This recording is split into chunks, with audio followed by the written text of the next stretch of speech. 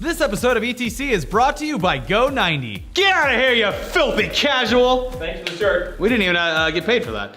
Anyways, guys, guess what? Yahoo is buying MLG!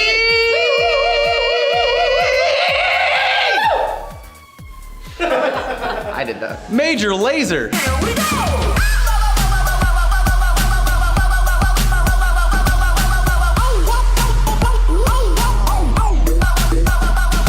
Okay, now we're gonna be honest. We're truly 100% completely uninformed on this whole late breaking news about Yahoo potentially buying MLG because it came across our feed thanks to users at the last minute, and I had to throw it in here because if it's true, it's definitely big news. But by the time this airs, it'll be either be refuted or yeah, it's actually gonna take true. you like 3 days to edit this. Exactly. So don't worry. Sources close to MLG who spoke to Breitbart, who will admit is a shaky source for truth, and most kinds of journalism, just like us, are saying that talks of a sale to Yahoo were about 95% complete. Obviously, MLG isn't saying anything to confirm, but they're also not denying it. Simply saying... Major League Gaming doesn't comment on rumor or speculation. However, if you'd like to discuss Hearthstone deck strategies now that Patron has been nuked, give us a holler. What the hell is what's Patron? It's a Hearthstone thing, don't worry about it. I mean, we can't say one way or another, but usually these things are outright denied if they aren't true, and Yahoo does have a track record of gathering up pretty much every form of internet entertainment and companies and shows around, so this might just be another notch in the bedpost for them.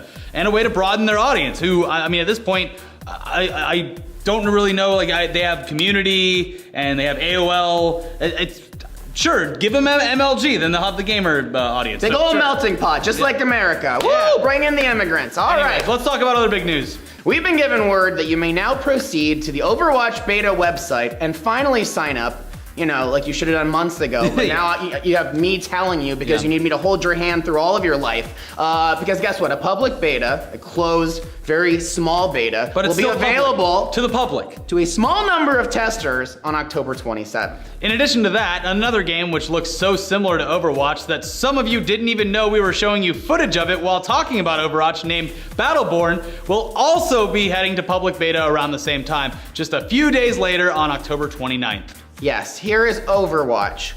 Or is it Battleborn?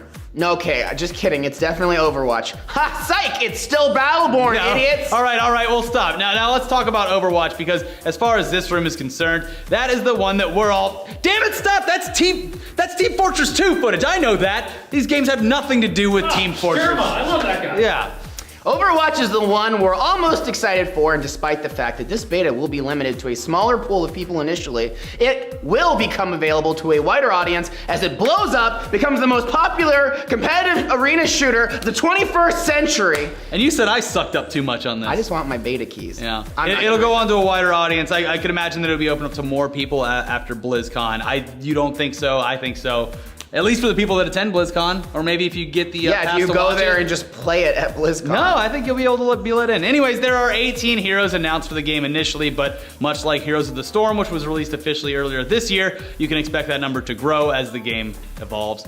You know, because money and stuff. Yeah, spend that money. Make Blizzard richer. Now read the great thing about Blizzard that I wrote. Blizzard shines at making fun games, true. and this one shouldn't be any exception. They have great creative vision for those characters, and couple that with the fact that you'll definitely be seeing Overwatch characters popping up in Heroes of the Storm, and they might just have another hit on their hands for people who love Team Fortress 2. Chivy. Psych, but want to try something at least a little bit different. Amen. So what about Battleborn? I mean, I'm sure there's an audience for that too, plus it'll certainly be more console friendly at launch, so that could be good for them. But Blizzard did bring Diablo to console, and Overwatch definitely feels like it would be console ready if they decide to take it there, so I don't know. Battleborn definitely has an uphill battle if it wants to take some spotlight away from what Blizzard is doing. But speaking of huge betas... Oh, Star Wars Battlefront was officially EA's biggest beta of all time. But that's not too surprising because who wouldn't want to play a free AAA title, especially when it's available on every platform? Just take it. Just take it. It's out there. It's just waiting for you. The final number was 9 million players, which is pretty incredible for a beta. Now, having said that, this number means that at any given time, 4.5 million players were probably finding it extremely frustrating because they were put on the side of the rebels. Now I know, Ricky pissed everyone off last week by saying it was impossible to complete the objectives if you were on the rebel side, and plenty of video game experts in the comments were very vocal about the fact that it could be done, or the fact that it actually should be difficult for the rebels to win, because that's canon. Have you seen the movie, Ricky? Yeah. We heard you, we heard you. Yes, thank Lord Gaben that we have such incredible gaming stars in our comments section. But remember, this show is totally uninformed, and you should be proud of me anyway, because I actually enjoyed playing a video game. There you go. Go to hell.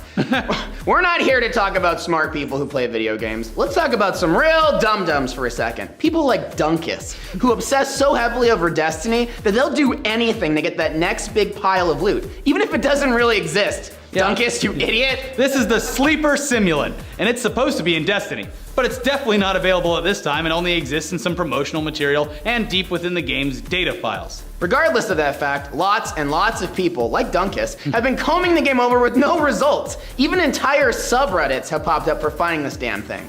There were theories made, rumors floating around, talk about a quest that had to be triggered, and then this specific quest over here, which no one would have played, would have been the Sleeper Simulant. Like, who cares? I'm not Dunkus. I don't even know what that means. Yeah, as far as anyone can tell, and I'm just reading all of these updates on Polygon because I have no idea, this is a time-locked quest, and recently part of it was unlocked, but there's a lot of stuff you have to do to even get that one, and Bungie's told people at Polygon that even that mission won't be available all the time, so play on, I guess, or don't. We're down. I don't Go know. on Twitter and wish at Dunkus a happy birthday. Happy birthday, Dunkus. Hey!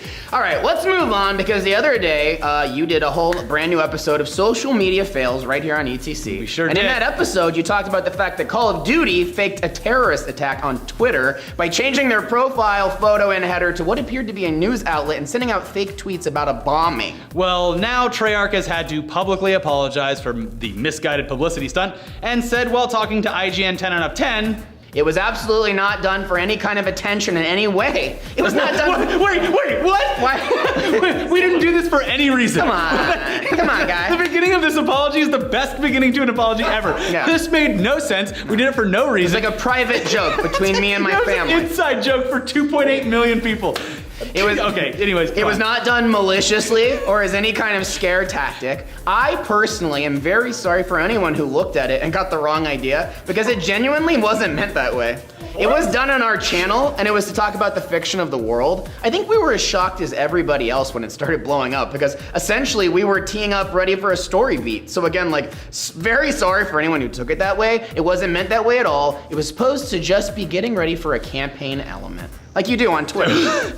That was amazing. That was amazing. That apology was written as badly as this script, like by far. So basically, yeah, they realized they messed up. Maybe it wouldn't have been such an issue if they didn't make their entire profile look like a news site for their millions of followers, or maybe the fact that the game deals with potential real-world situations, as well as stuff from the past that actually happened. And that means they should be a little more careful about marketing a game where soldiers spend 5 minutes at a time seeing how many other soldiers they can murder.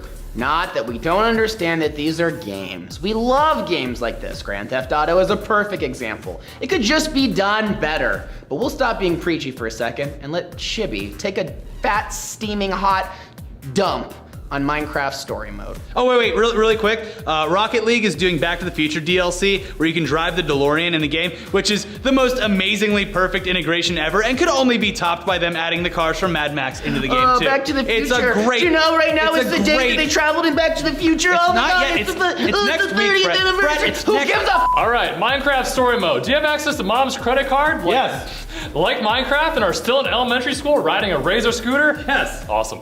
Minecraft is a game for you. Game of the year. story mode?